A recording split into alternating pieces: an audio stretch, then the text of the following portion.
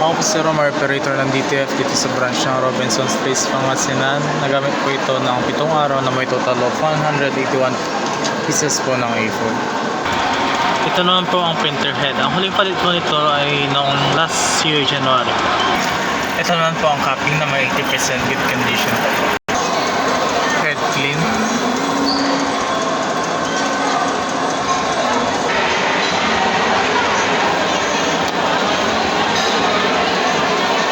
Punasan ng wiper after ng head clean.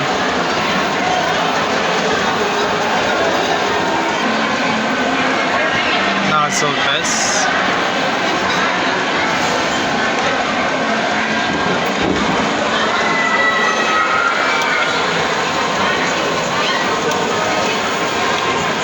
Bali kompleto naman yung kulay. Yung system po namin is tama lang po yung level niya. Waste stock na din is last one. AVR and ground wire. Ito po yung sa daily output. Consumable withdrawal. Ayun yung sa may weekly physical inventory.